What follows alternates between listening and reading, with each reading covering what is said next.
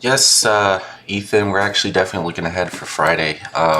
Big time severe weather risk is going to be unfolding across portions of the southern and central and northern portions of the Midwest on Friday, going into Saturday, but continuing across the southern tier of the United States on Saturday. But I'm very concerned about all of Illinois, eastern Missouri, eastern Iowa here on Friday. Bombing out surface low here up to the north is going to be creating the environment for a very unstable environment. Moisture is continuing to trend even higher on forecast models currently right now. And everything's starting to come together for a possible violent, potentially significant severe weather day. First one of the year. And even breaking records for the low pressure system bombing out and dropping millibars so fast as well. So this is going to set the stage for a very strong trough that's going to have over 80 to 90 knot, 500 millibar jet, your 925 low level jets going to be ripping over 45 knots widespread across a very violent environment, productive of possibly strong tornadoes based on storm mode when the higher resolution models come in.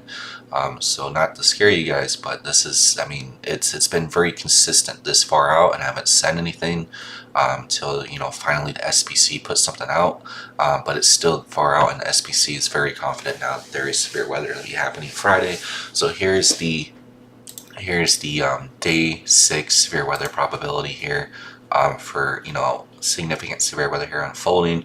And then they're talking about isolated severe weather threat, 100 plus knot, 500 millibar jet, so it's greater than 90 knots. So it's increased on forecast models again. 100 knot, 500 millibar jet. That is very, very, very strong mid-level winds. They're racing across the atmosphere, feeding into those updrafts, and you'll have different wind direction as well. You'll have your low-level wind jet out of the southerly southeasterly surface winds, so you'll have a mid-level jet out of the southwest or west southwest, and that when you get those combined like that, you'll get the perfect rotating updrafts, very dominant supercell structures, tilted updraft storms moving northeast probably at 45 to 60 miles an hour on Friday. So if you actually do get a tornado warning, it's best that you actually take shelter, because if a storm's racing at you at 60 miles an hour, you won't have enough time to get belongings and stuff. It'll be right there on you. So these are going to be very fast moving storms on Friday as well,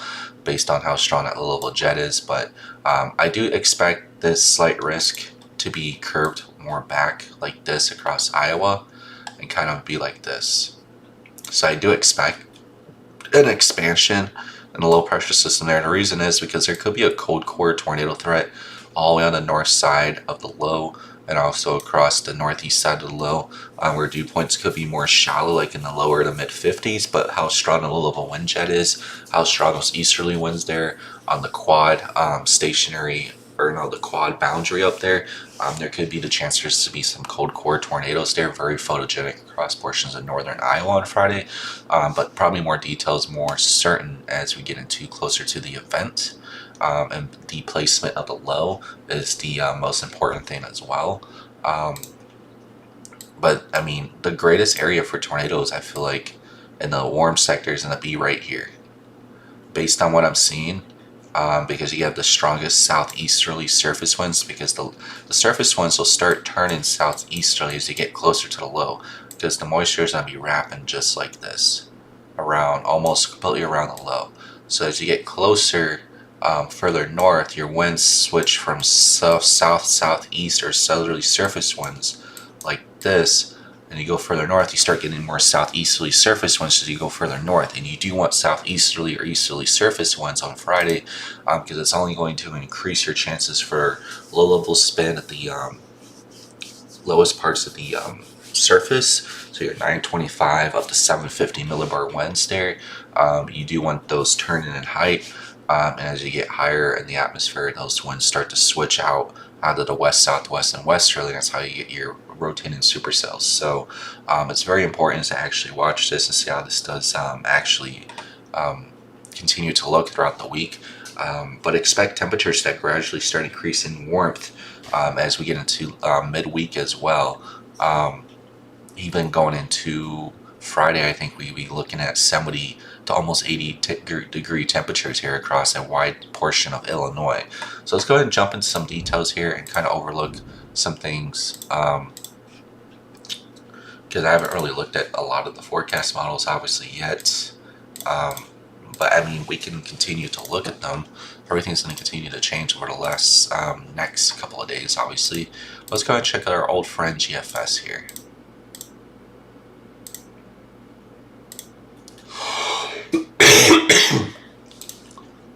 So here's a GFS model. Look at that.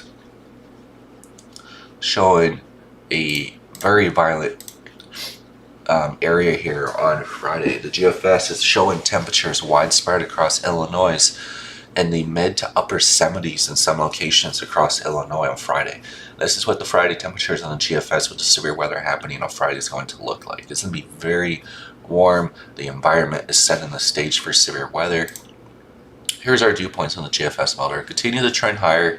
I think they could still be downplaying the moisture, because when you have such a strong low-level wind jet, you're going to have 60 dew points pulling in from the Gulf really fast. That moisture is going to be flying north. So I think there's a chances that GFS and all the higher globe models are kind of underdoing the forecasted moisture, still being this far out, of course, because when you have such a strong low-level wind jet, you're going to be talking about, very fast moving low level clouds racing to the north. So I do think there's the chances that it could be underdoing the low level moisture here for Friday. But only time will tell as we get closer to the event. Because it does show by 00Z, moisture still moving more north. You can see across portions of central southern Illinois that 60 dew point really starting to fly north during the late morning hours into early afternoon hours across portions of the state.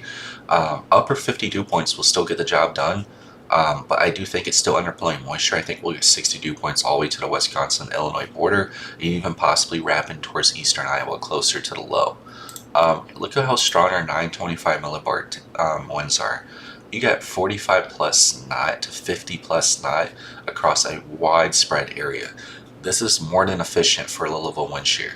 I mean, it's just everything's just be ripping. Look at your 850 millibar winds here, 65, 70 knots in some locations, mostly 60 plus knot, 850 millibar jet. It even gets better when you get to 700 millibars here on the GFS. You got 65 to 700 millibar jet at 700 millibar height. Here's your 500. And it's not even completely bobbed out yet.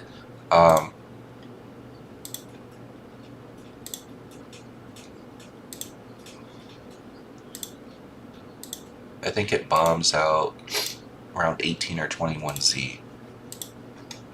But that is just a 100 knot, 500 millibar jet here coming in to portions of Iowa and Illinois. So that is just going to be a very strong jet system that's going to be feeding these thunderstorms and helping them rotate at very fast speeds. So when you have the combination of such a very strong low-level jet, mid-level jet, higher level winds, good enough moisture and stability, you could be looking at supercells producing all severe hazards at the maximum risk that they can. So you could see hailstones out there on Friday greater than golf balls. You could see damaging winds greater than 80 mile an hour. You could see tornadoes stronger than EF2s on Fridays if the forecast holds, which it should, because it's been consistent for the last several days. And now it's going to be even more consistent, and the high resolution models will continue to pick it up as we get closer to the event. And looking at how curved your photographs here, look at the instability here on the GFS here going into 21Z, which is about 4 p.m. there on the Zudo scale. But I mean, seeing this instability here wrap around the low this far out and being this consistent, I think the low pressure system and the east side of the low pressure system, like closer to the warm front, is probably going to be the biggest tornado threat of today, because as you go further south, the cold front kind of just bends back like this, like almost like a backwards C. So your winds are being forced southwesterly on the cold front, or ahead of the front slightly, just further to the south. As you go further north, the cold front's not overtaken till like late night on Friday, and meaning that the low pressure system is moving very slow up to the north. Your warm front is also going to help those winds at the surface bend southeasterly across a wide or large portion here. Here you can see the winds are southeasterly as soon as you go further north. That's on the dew point right there. But this is your photographs here, and see how largely curved the photographs here. So let's do a box sounding here. Northern Illinois, eastern Iowa kind of. Look how curved your photograph here. You got strong southeasterly surface winds here. It is 72 over 56. Like I said, I still think it's underdoing the moisture, which it would be underdoing the temperature as well. So I would be pointing for 76 degrees up here across northern Illinois on the Wisconsin border, and probably 59, 60 dew point at least. Look how your SEN is like negative 43, breakable cap, based on how strong the kinetics are. And the forciness, your LCL heights are 1100. It's going to be a lot lower than that once the moisture gets higher on the high resolution models. But the point is that is a really nice curved photograph, and it's only going to look better on the higher resolution models as it gets closer to the event. But it has a perfect southeasterly surface wind bend. As you climb up in millibars, your 700 to 500, you get west-southwest surface wind, and eventually all the way up to 200, you start getting more of a westerly wind. So perfectly curved storms, supercells. It's going to be really fun on Friday